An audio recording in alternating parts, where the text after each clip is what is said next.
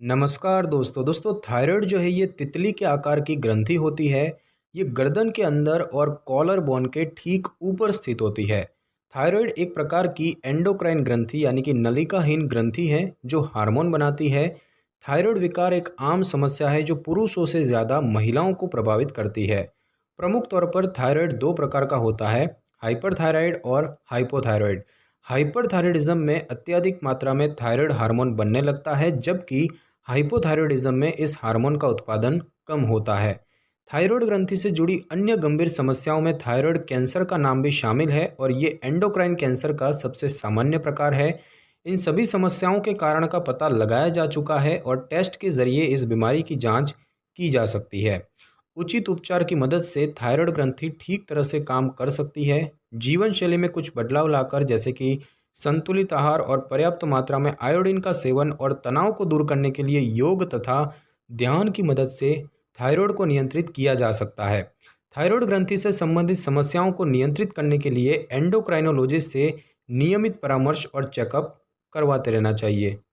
तो दोस्तों सबसे पहले तो हम ये जानेंगे कि थायराइड क्या होता है। दोस्तों थायराइड एक एंडोक्राइन ग्रंथि है जो ट्राई आयोडोथायरोनिन यानी कि T3 और थायरोक्सिन यानी कि T4 नामक दो हार्मोन बनाती है। और इन हार्मोनों का उत्पादन और स्त्राव थायराइड स्टिमुलेटिंग हार्मोन यानी कि TSH द्वारा नियंत्रित किया जाता है। TSH पिट्यूटरी में बनता है, जिसके स्त्राव को थायराइड रिलीज करने वाले हार्मोन या TRH द्वारा नियंत्रित किया जाता है। ये हार्मोन शरीर की सामान्य चयापचय प्रक्रिया के लिए जिम्मेदार होते हैं। थायराइड ग्रंथि के ज़्यादा या कम मात्रा में हार्मोन बनाने पर थायराइड की समस्या उत्पन्न होने लगती है। ऑटो इम्यून या थायराइड ग्रंथि में कैंसर युक्त या कैंसर रहित कोशिकाओं के बनने या ग्रंथि में सूजन के कारण हार्मोन्स के उत्पादन में असंतुलन आ सकता है। वैश्विक स्तर पर पुरुषों से ज़्यादा महिलाएं इस बीमारी से ग्रस्त होती हैं। 0.5% पुरुषों की तुलना में 5% महिलाएं थायराइड का शिकार होती है। थायराइड हार्मोन का कम या ज़्यादा बनना शरीर की प्रत्येक कोशिका को प्रभावित करता है। और अब हम दोस्तों जानेंगे थायराइड संबंधी समस्याओं के प्रकारों के बारे में। तो दोस्तों थायराइड हार्मोन मेटाबॉलिक रेट, भोजन ग्रहण करने और थर्मोजेनेसिस को नियंत्रित करने में अहम भूमिका निभाता है। हाइपरथायरॉयडिज्म में थायराइड हार्मोन अधिक मात्रा में बनने लगता है और इसमें T3 और T4 का स्तर बढ़ने और TSH का स्तर घटने लगता है। कभी कभी थायराइड ग्रंथि की सूजन के कारण स्थायी तौर पर भी हाइपरथायरॉयडिज्म हो सकता है। थायराइड का दूसरा प्रकार है हाइपोथायरॉयडिज्म, जिसमें थायराइड हार्मोन कम बनने लगता है और T3 और T4 का सीरम लेवल घटने और TSH का स्तर बढ़ने लगता है। तो थायराइड से जुड़ी सामान्य समस्याओं की बात करें तो उसमें है हाइपरथायरॉयडिज्म। इसमें थायराइड ग्रंथि के अधिक सक्रिय होने के कारण थायराइड हार्मोन का अत्यधिक स्त्राव होने लगता है। दूसरा है हाइपोथायरॉयडिज्म। इसमें थायराइड ग्रंथि सामान्य से कम मात्रा में थायराइड हार्मोन का स्त्राव करती है। तीसरा है थायराइड कैंसर। एंडोक्राइन ट्यूमर का सबसे खतरनाक रूप थायराइड कैंसर ही है और टिश्यूज़ के आधार पर थायराइड कैंसर को दो प्रकार में वर्गीकृत किया जा सकता है, जैसे कि डिफरेंशियल थायराइड कैंसर और anaplastic thyroid cancer. Differential thyroid cancer की बात करें तो पेपिलरी थायराइड कैंसर और फॉलिक्यूलर थायराइड कैंसर के एक साथ होने पर डिफरेंशियल थायराइड कैंसर होता है। और इस प्रकार का कैंसर उपकला या एपिथेलियम कोशिकाओं से होता है और ये थायराइड कैंसर का सबसे सामान्य रूप है। और बात की जाए एनाप्लास्टिक थायराइड कैंसर की, तो एनाप्लास्टिक थायराइड कैंसर एक दुर्लभ और तेजी से बढ़ने वाला कैंसर है जिसका इलाज बहुत मुश्किल है। केवल 2% कैंसर ही एनाप्लास्टिक थायराइड कैंसर होता है और ये कैंसर आमतौर पर 60 या उससे अधिक उम्र के वयस्कों में होता है। इसमें नई तरह की कोशिकाएं विकसित हो जाती हैं जो कि थायराइड टिश्यू से बिल्कुल अलग होते हैं। और अब हम दोस्तों जानेंगे थायराइड संबंधी समस्याओं के लक्षणों के बारे में। तो दोस्तों बात की जाए हाइपरथायरॉयडिज्म के सबसे सामान्य लक्षणों की, तो वज़न कम होना, घबराहट, चिंता, परेशानी और मूड बदलना, गलगंड यानी कि घेंघा रोग होना, थकान, सांस फूलना, दिल की धड़कन तेज़ होना, गर्मी ज़्यादा लगना, कम नींद आना, अधिक प्यास लगना, आँखों में लालपन और सूखापन होना, बाल झड़ना और बालों का पतला होना। और बात की जाए हाइपोथायरॉयडिज्म की, तो इसके सबसे सामान्य लक्षणों में वज़न बढ़ना, थकान, नाखूनों और बालों का कमज़ोर होना, त्वचा का रूखा और पतला होना, बालों का झड़ना, सर्दी ज़्यादा लगना, अवसाद यानी कि डिप्रेशन होना, मांसपेशियों में अकड़न, गला बैठना या फिर मानसिक तनाव होना। और बात की जाए दोस्तों थायराइड कैंसर की, तो थायराइड कैंसर के लक्षण गले के कैंसर या सांस से संबंधित रोगों के लक्षणों की तरह ही होते हैं। इसके लक्षणों की बात करें तो गले में तेजी से गांठ का बढ़ना, गर्दन में सूजन होना, आवाज़ में बदलाव आना, खाना निगलने में दिक्कत होना, सांस लेने में परेशानी आना और बिना किसी इन्फेक्शन या एलर्जी के लगातार खांसी रहना। और अब हम दोस्तों जानेंगे कि थायराइड संबंधी इन समस्याओं के क्या कारण हैं, ये क्यों होती है। सबसे पहले बात की जाए दोस्तों हाइपरथायरॉयडिज्म की, तो हाइपरथायरॉयडिज्म विभिन्न कारणों से होती है। जैसे कि सबसे पहला कारण है ग्रेव्स डिजीज़। हाइपरथायरॉयडिज्म का सबसे सामान्य कारण ग्रेव्स डिजीज़ है। ये एक ऑटो इम्यून रोग है जिसमें ऑटो एंटीबॉडीज़ अधिक मात्रा में थायराइड हार्मोन का उत्पादन और स्त्राव करने के लिए ग्रंथि को उत्तेजित करने लगती है। और ये समस्या पुरुषों से ज़्यादा महिलाओं में देखी जाती है। उसके बाद दूसरा कारण है थायराइड ग्रंथि में गांठ होना। थायराइड ग्रंथि पर जो गांठ होती है जो कि कैंसर युक्त ना हो, वो बनने की वजह से हार्मोन्स का अत्यधिक मात्रा में स्त्राव हो सकता है। तीसरा कारण है आयोडीन का अधिक सेवन। थायराइड हार्मोन्स के उत्पादन के लिए आयोडीन एक आवश्यक सूक्ष्म पोषक तत्व यानी कि माइक्रो न्यूट्रिएंट है। हालांकि आयोडीन का ज़्यादा सेवन करने पर हाइपरथायरॉयडिज्म हो सकता है। और चौथा कारण है प्रेगनेंसी। गर्भावस्था के दौरान हार्मोनल बदलाव के कारण हाइपरथायरॉयडिज्म हो सकता है। पिट्यूटरी ग्रंथि में कैंसर रहित कोशिकाओं के विकसित होने पर थायराइड हार्मोन्स का उत्पादन बढ़ सकता है। और बात की जाए इसके जोखिम कारकों की, तो इसके जोखिम कारक है गर्भावस्था, धूम्रपान और ऑटो इम्यून रोग जैसे कि जोग्रेन सिंड्रोम। उसके बाद दोस्तों बात की जाए हाइपोथायरॉयडिज्म की, तो हार्मोन की कमी के कारण हाइपोथायरॉयडिज्म होता है। और हाइपोथायरॉयडिज्म दो प्रकार का होता है, एक थायराइड ग्रंथि विकार के कारण होता है और दूसरा पिट्यूटरी ग्रंथि या हाइपोथैलेमस से संबंधित विकार के कारण होता है। बात की जाए प्राइमरी हाइपोथायरॉयडिज्म होने के कारणों की, तो सबसे पहला कारण है हाशीमोटो डिजीज़। थायराइड ग्रंथि में ऑटो इम्यून सूजन के कारण थायराइड ग्रंथि कम सक्रिय हो जाती है। दूसरा कारण है आयोडीन की कमी। तो थायराइड ग्रंथि के बाद थायराइड हार्मोन को बनाने में आयोडीन अहम भूमिका निभाता है और इसकी कमी की वजह से हाइपोथायरॉयडिज्म हो सकता है। तीसरा है थायराइडेक्टोमी। ये एक सर्जिकल प्रक्रिया है जिसमें पूरी थायराइड ग्रंथि या थायराइड ग्रंथि का कुछ हिस्सा निकाल दिया जाता है और ये आगे चलकर हाइपोथायरॉयडिज्म का रूप ले सकता है। और उसके बाद है रेडियोथेरेपी। साथ ही साथ हाइपरथायरॉयडिज्म की दवा और उपचार के कारण थायराइड हार्मोन का उत्पादन कम हो सकता है। साथ ही साथ थायराइड डिसजेनेसिस और जन्मजात हाइपोथायरॉयडिज्म। और बात की जाए सेकेंडरी हाइपोथायरॉयडिज्म होने के कारणों की, तो उसमें है पिट्यूटरी एडिनोमा जो कि कैंसर रहित कोशिकाओं का उसमें विकास होता है, पिट्यूटरी सर्जरी, सिर में चोट या फिर हाइपोथैलेमिक ट्यूमर। और बात की जाए इसके जोखिम कारकों की, तो परिवार में किसी सदस्य को हाइपोथायरॉयडिज्म होने पर अन्य सदस्यों में भी इसका खतरा बढ़ जाता है और इस स्थिति में जन्मजात हाइपोथायरॉयडिज्म बहुत सामान्य है। इसके अलावा कम आयोडीन वाला आहार भी हाइपोथायरॉयडिज्म का महत्वपूर्ण कारक है। और उसके बाद दोस्तों बात की जाए थायराइड कैंसर के होने के कारणों की, तो थायराइड कैंसर के कई कारण हो सकते हैं जैसे कि आनुवंशिक कारण। थायराइड कैंसर से ग्रस्त व्यक्ति के जीन से इस कैंसर के होने का खतरा सबसे ज़्यादा रहता है। माता पिता या शरीर में कैंसर पैदा करने वाले जीन्स के कारण थायराइड कैंसर हो सकता है। उसके बाद बात की जाए रेडिएशन की, तो कार्सिनोजन एक लोकप्रिय रेडिएशन है। कम उम्र में थायराइड ग्रंथि रेडिएशन के प्रति बहुत संवेदनशील होती है और इन रेडिएशन के कारण कार्सिनोजेनिक बदलाव होता है। डायग्नोस्टिक इमेजिंग प्रक्रिया की वजह से भी थायराइड कैंसर का खतरा बढ़ सकता है। डायबिटीज़ की बात करें तो इंसुलिन रेजिस्टेंस और टीएसएच का लेवल बढ़ने के कारण डायबिटीज़ के मरीजों में थायराइड कैंसर का खतरा बढ़ जाता है। और बात की जाए हार्मोन की, तो थायराइड कैंसर में एस्ट्रोजन अहम भूमिका निभाता है। स्टडी में भी ये बात सामने आई है कि जिन महिलाओं ने हिस्टेरेक्टोमी यानी कि गर्भाशय निकालने वाली सर्जरी करवाई थी, उनमें थायराइड कैंसर का खतरा ज़्यादा था। उसके बाद बात की जाए जीवन शैली की, तो आहार में उच्च मात्रा में नाइट्रेट लेना और फूड एडिटिव्स की वजह से भी थायराइड कैंसर हो सकता है। धूम्रपान और शारीरिक सक्रियता की कमी भी थायराइड कैंसर पैदा करने में महत्वपूर्ण भूमिका निभा सकती है। और बात की जाए ऑटो इम्यूनिटी की, तो ग्रेव्स डिजीज़ और हाशीमोटो थायराइडाइटिस के मरीजों में थायराइड कैंसर का अधिक खतरा रहता है। दोस्तों स्पष्ट रूप से ये नहीं कहा जा सकता कि आयोडीन का संबंध थायराइड कैंसर से होता है।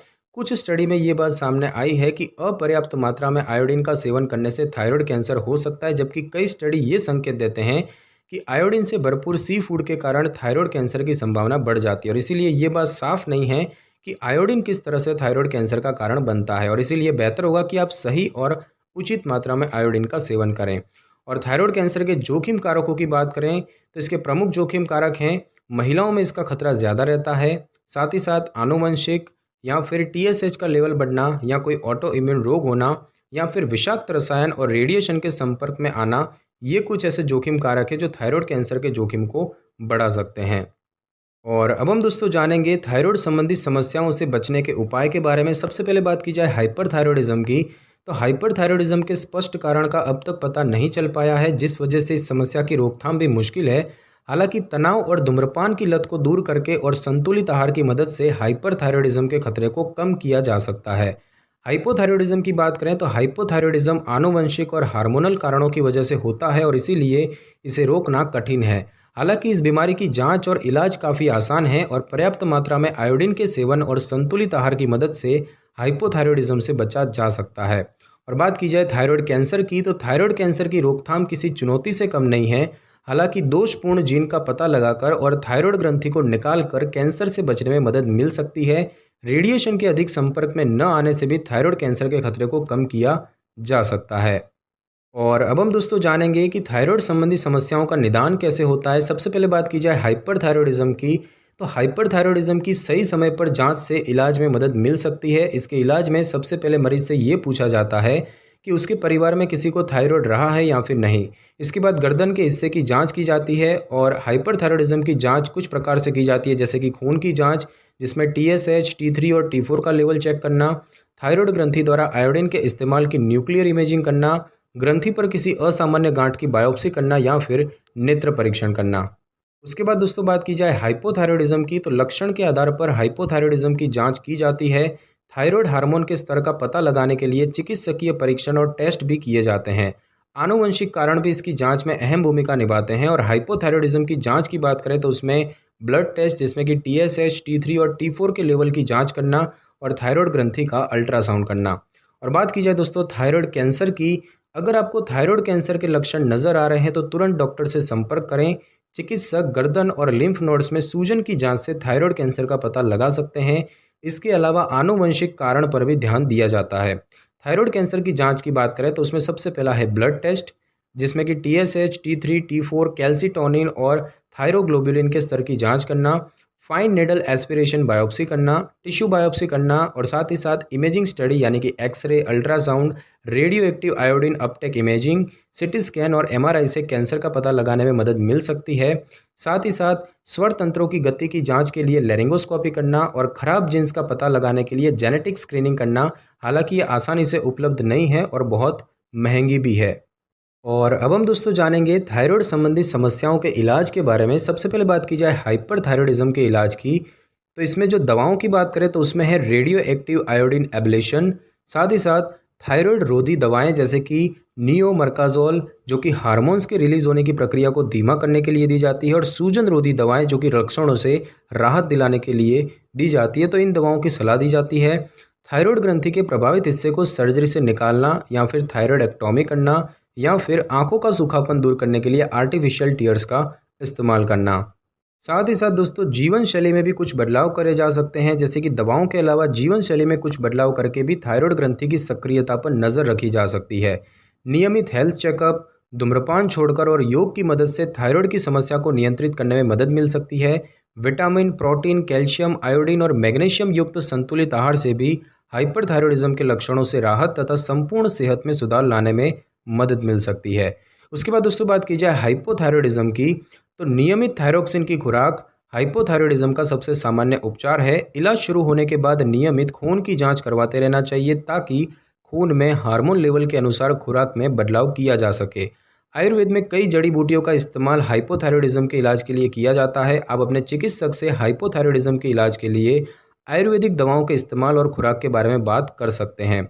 साथ ही साथ जीवन शैली में बदलाव की बात करें तो दवा के अलावा चेकअप और व्यायाम और योग की मदद से थायराइड हार्मोन के स्तर को नियंत्रित किया जा सकता है। और दोस्तों बात की जाए थायराइड कैंसर की, तो थायराइड कैंसर का उपचार इसके प्रकार और थायराइड कैंसर के स्तर यानी कि स्टेज पर निर्भर करता है। आमतौर पर थायराइड कैंसर के इलाज के लिए कुछ उपचार उपलब्ध हैं, जैसे कि बात की जाए सर्जरी की, तो थायराइड ग्रंथि को पूरा या इसका कुछ हिस्सा और गर्दन की लिम्फ नोड्स को सर्जरी से निकाल दिया जाता है। साथ ही साथ सर्जरी के बाद बचे हुए थायराइड टिश्यूज़ को रेडियो एक्टिव आयोडीन थेरेपी से निकाला जाता है। साथ ही साथ रेडिएशन थेरेपी, कीमोथेरेपी यानी कि कैंसर रोधी दवाओं को नसों में डालना और साथ ही साथ टारगेटेड थेरेपी यानी कि कैंसर युक्त टिश्यूज़ को दवाओं से नष्ट करना। साथ ही साथ जीवन शैली में भी कुछ बदलाव किए जा सकते हैं, जैसे कि संतुलित आहार, नियमित व्यायाम करने और धूम्रपान न करके कुछ हद तक थायराइड कैंसर को नियंत्रित करने में मदद मिल सकती है। और अब हम दोस्तों जानेंगे थायराइड संबंधी समस्याओं से होने वाले नुकसान के बारे में। सबसे पहले बात की जाए हाइपरथायरॉयडिज्म की, तो उम्र, लिंग और मरीज की स्थिति के आधार पर उपचार का चयन किया जाता है। अगर समय पर इलाज न किया जाए तो बीमारी बढ़कर आंखों और त्वचा को प्रभावित कर सकती है।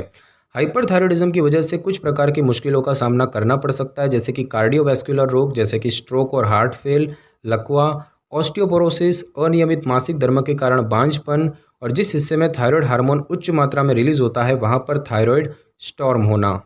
उसके बाद दोस्तों बात की जाए हाइपोथायरॉयडिज्म की, तो थायरोक्सिन की नियमित खुराक से हाइपोथायरॉयडिज्म का इलाज किया जा सकता है। अगर सही इलाज न लिया जाए तो हाइपोथायरॉयडिज्म की वजह से कोई गंभीर समस्या हो सकती है। थायराइड ग्रंथि के कम सक्रिय होने पर एथेरोस्क्लेरोसिस जैसी समस्याएं हो सकती है, और कुछ मामलों में इसकी वजह से हार्मोनल ज़रूरतों को पूरा करने के लिए थायराइड ग्रंथि बढ़ भी सकती है। इसके अलावा हाइपोथायरॉयडिज्म के कारण मैक्सिडेमा कोमा की स्थिति भी आ सकती है। मैक्सिडेमा कोमा एक बहुत ही खतरनाक स्थिति होती है। थायराइड हार्मोन का बहुत ही कम उत्पादन इसकी विशेषता होती है। और उसके बाद दोस्तों बात की जाए थायराइड कैंसर की, तो समय पर जांच और उपचार की मदद से कैंसर युक्त कोशिकाओं को बढ़ने से रोका जा सकता है। कार्सिनोमा थायराइड हार्मोन के स्तर को प्रभावित करके कार्डियोवैस्कुलर और मेटाबॉलिक समस्या उत्पन्न कर सकता है। कैंसर जो है वो आसपास के हिस्सों में फैल सकता है और स्वर तंत्र के कार्य को प्रभावित कर सकता है। ये लिम्फ नोड्स तक भी फैल सकता है, जिसकी वजह से मुश्किलें और भी ज़्यादा बढ़ सकती है। तो दोस्तों सही समय पर एंडोक्राइनोलॉजिस्ट से जांच करवाकर थायराइड को आसानी से नियंत्रित किया जा सकता है। जीवन शैली में कुछ बदलाव, नियमित दवाओं के सेवन और समय समय पर चेकअप की मदद से थायराइड को नियंत्रित और इसे कोई गंभीर रूप लेने से रोका जा सकता है। और बात की जाए कि क्या थायराइड की समस्या गंभीर है, तो दोस्तों थायराइड के कारण गोइटर का स्तर छोटा और मामूली है तो अधिकतर मामलों में ये बिना उपचार के ठीक हो सकता है। वही अगर गोइटर कैंसर बन जाए तो ये जानलेवा तक साबित हो सकता है, और आमतौर पर अगर थायराइड बीमारी का ठीक से इलाज किया जाए तो इसे गंभीर स्तर पर जाने से रोका जा सकता है। तो दोस्तों आज की इस वीडियो में बस इतना ही। अगर आपको मेरी ये वीडियो और जानकारी अच्छी लगी हो तो वीडियो को लाइक और शेयर कर दीजिए, और कमेंट करना बिल्कुल भी ना भूलें। और अगर आप हमारी चैनल पे नए हैं तो चैनल को कर लें सब्सक्राइब और बेल आइकन के बटन को ज़रूर क्लिक कर लें, ताकि मेरी नई वीडियो की नोटिफिकेशन सबसे पहले आपको मिल सके। Thanks for your time.